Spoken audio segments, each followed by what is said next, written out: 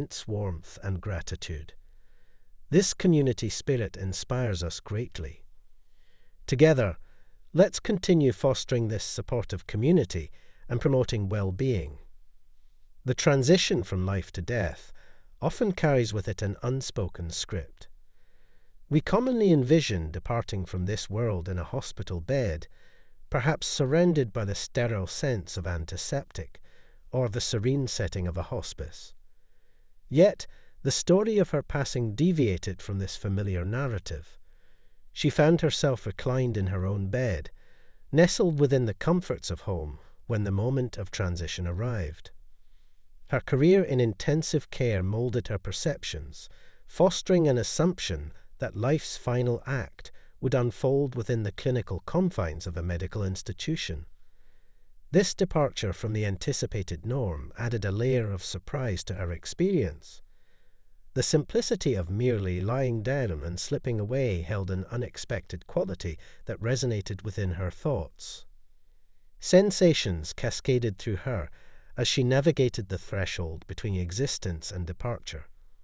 The weight of her physical form dwindled, and an ethereal sense of life's energy dissipating enveloped her consciousness. It was akin to an oppressive burden settled upon her chest, exerting an undeniable pressure. Her focus narrowed on the rhythm of her breath, contemplating its perceived significance. She toyed with this perceived weight, allowing it to recede and then reclaim her until the choice to halt this cycle surfaced. In that decisive moment, an acceptance emerged, unaccompanied by fear. Releasing her breath, an unexpected notion bubbled forth. Breathing is truly overrated. A whimsical observation that tickled her, highlighting the peculiarities of human assumptions about the necessities of life. In that peculiar instant, a profound sense of vitality surged within her.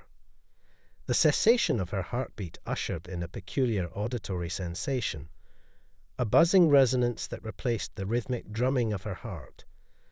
This curious hum, an enigmatic product of her nervous system, resonated gently before fading into the silence of its shutdown.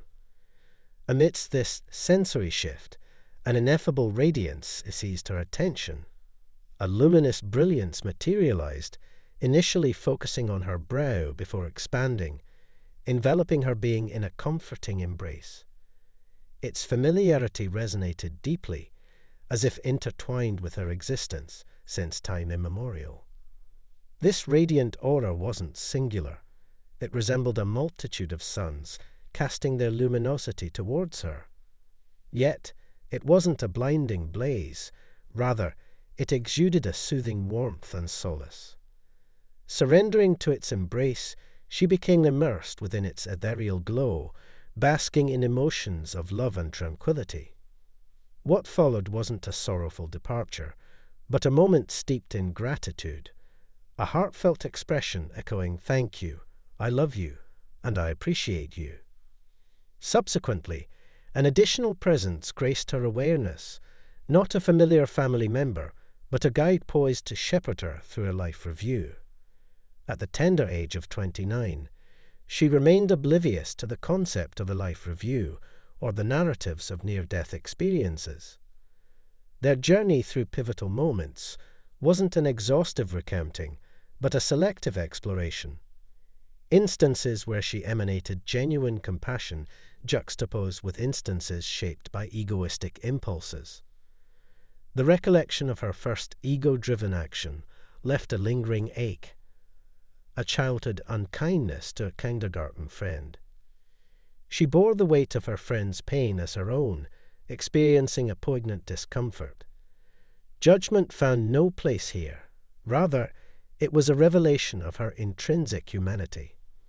The subsequent exploration unveiled moments illuminated by her heart's genuine compass, brimming with love and elation. Upon completing her life review, she transitioned into an alternate realm, a place shrouded in darkness, yet not devoid of a glimmering essence. Light, even in its faintest form, appeared incongruous there. 4 ethereal entities guided her through an otherworldly experience, imparting a download of information devoid of verbal articulation, akin to receiving a parcel of comprehension. It bestowed upon her a sense of responsibility, an obligation to apply this newfound knowledge meaningfully. Upon the completion of this enigmatic download, an enhanced comprehension of herself and their collective purpose washed over her.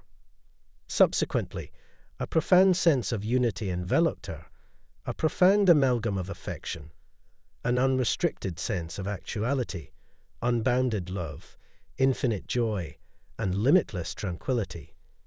Time dissolved into insignificance. It felt as though countless centuries had elapsed. Yet, an errant thought disrupted this unity.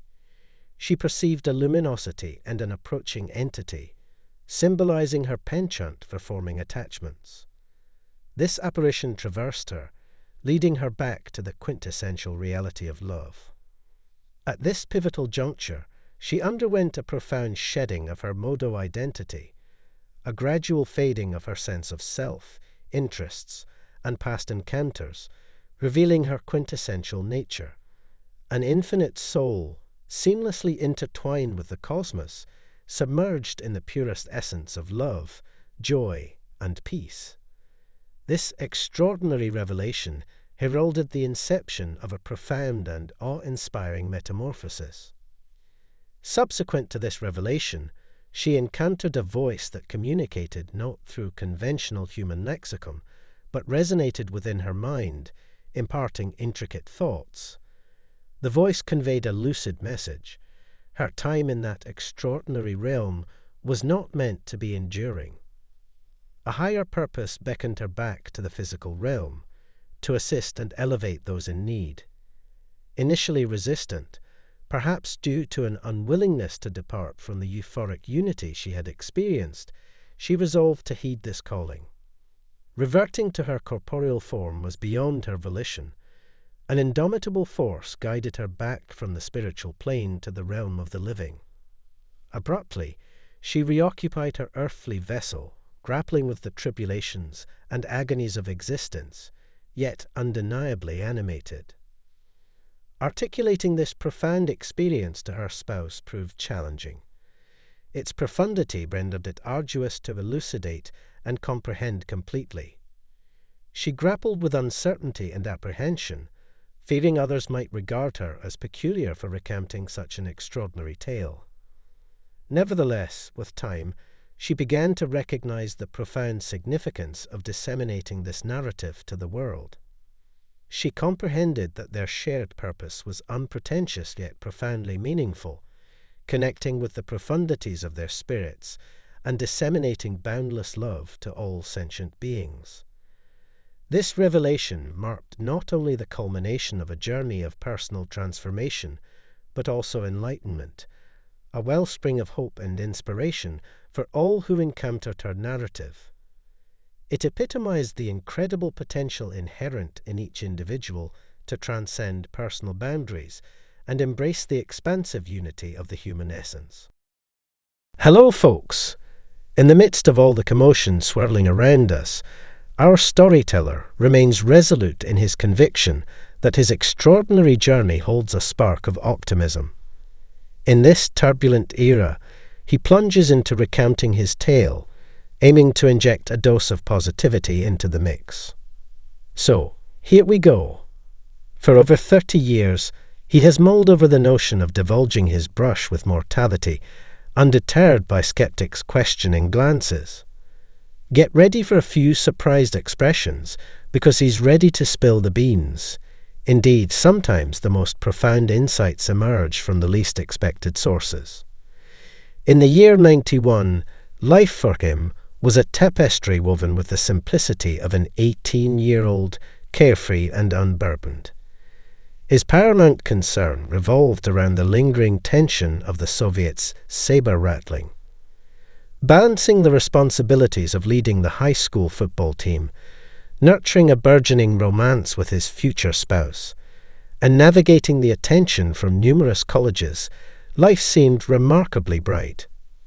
While the grand aspirations of NFL glory seeded in his Pee Wee League days didn't entirely materialize, A full scholarship served as a comforting solace.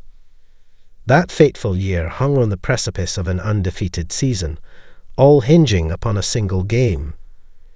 The day preceding it witnessed the entire school rallying behind them, yearning for that elusive, unblemished record. Game day burgeoned with an exhilarating frenzy, resonating with rallying cries of, "We're going to crush them," and "Undefeated, baby." Yet, amidst the fervour, there lingered a palpable what if. However, veering away from delving into a football odyssey, they emerged victorious, triumphing over the opposing team with a score of 42-35. The jubilation extended into the early hours, a joyous revelry that endured for the better part of the year, inundating them with a cascade of party invitations. Fast-forwarding to the night of his harrowing brush with mortality, an eerie premonition whispered an ominous warning: "James, stay put. Skip this one, party." Hindsight, clear as day, now regrets his disregard for that advice, but alas, he was an untroubled 18-year-old then. Enter Derek, the co-captain, an imposing figure at 6'5", and 275 pounds, notorious for his assertive demeanour, particularly when influenced by intoxicants. Navigating disputes at gatherings had become a familiar responsibility, and this night was no exception. Arriving fashionably late to the party, they were presented with substances they ought to have declined. Derek found himself in a confrontation near the entrance, poised for a confrontation. Despite an inner voice urging caution, he disregarded it and attempted to pacify Derek. In short, matters spiraled out of control, erupting into a brawl. They believed it had subsided, only for the adversary to return armed, firing shots at both Derek and our protagonist. Watching the chaos unfold from a distance, his girlfriend and companion were thrown into a state of panic. He felt like he was floating as paramedics arrived. He listened in on their gunshot wound conversation as they took him to the ambulance. His essence seemed to ride the ambulance when he left. Intensiveness increased inside the ambulance. The paramedic fought to save this 18-year-old gunshot victim. Paramedics radioed the hospital to tell him to hold on. Our subject witnessed this surreal spectacle and felt like his soul was catapulted through a radiant tunnel, like a whirlwind. Through celestial clouds and radiant light, understanding slowly dawned. Harmonic melodies like angels' symphonies filled the air. Getting closer, he saw Jesus. He realized he was dying and wanted to stay in this ethereal realm. Enveloped in an inexplicable aura of love and tranquilly, a euphoria beyond verbal expression, a magnified version of the most ecstatic instance. The guy was amazed as Jesus strolled by. Jesus' curly hair, green eyes, and well-kept moustache and beard set him apart from the Sunday robe.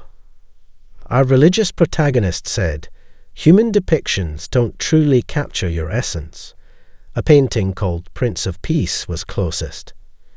Absorbed in contemplation, Jesus suddenly dropped a bombshell, addressing him, "Hey, James." Oddly, it felt familiar, as though they'd been lifelong companions. Jesus disclosed that he wasn't truly deceased, but rather suspended in an intermediary state. In between what? Murmured our protagonist. As it turned out, his spirit teetered at a crossroads. Jesus revealed that a return to earthly affairs remained an option due to certain ties to mortal existence. "What if I choose to linger?" he pondered. Jesus unravelled celestial revelations. "You'll accompany me and the divine in heaven." "And if I opt to return?" he inquired. Jesus smiled and said, "You'll disseminate joy, particularly to those yet to be born." 3 children suddenly appeared, calling him Dad. Moment of choice. He expressed willingness to return. Jesus agreed but warned of earthly changes. They reviewed their life without judgment, focusing on the good, bad, and ugly. Roller coaster ride. Imagine the person saw his future and Earth's future after enduring great trials. His college scholarship ended due to injuries, so he studied welding at a vocational school. After a temporary hiccup, while his girlfriend studied in another state, they reconciled, exchanged vows, and had children who miraculously appeared with him and Jesus. Quite surreal, right? For now, details were kept quiet. He didn't win the lottery. Disappointment. Unexpectedly, Jesus divulged insights into Earth's fate. Brace yourself. The Soviet Union's collapse, terror strikes in the US, and the eruption of World War III ensuing from Korean unification, thrusting the globe into turmoil. The extent of its severity, uncertain. Why did Jesus disclose these forthcoming events? According to him, our protagonist required foresight for what lay ahead upon his return. Suddenly, he found himself back in the ambulance, grappling with the aftermath of a defibrillator, a metallic taste of blood, and the anguish from his injuries. Ouch. Welcome back, kid. Don't attempt to speak or move. We're nearing the hospital. Astonished by his resilience, trauma specialists acted at the hospital. Recovery took time, and he saw the Soviet Union fall as Jesus predicted. Life wasn't kind to him. After losing the scholarship, he reconciled with his girlfriend and survived the 2001 terror attacks. Despite everything, he changed, trying to right past wrongs and reconcile with old friends. Certainly, here's the text generated from your ideas. When considering the grand narrative, why did Jesus reveal the events? Despite pardoning transgressions, some face repercussions, including incarceration. He and his spouse thrive as time passes, clinging to the dream of returning to that ethereal brilliance. After 31 years, retelling this surreal anecdote brings comfort and hope, fostering a belief in a higher realm ruled by a vigilant, divine being. If this anecdote resonates with you and inspires you to read more like it, subscribe, activate notifications, and join our community. Your support means everything to us, and we're thrilled to have you. Thank you for your company, and expect amazing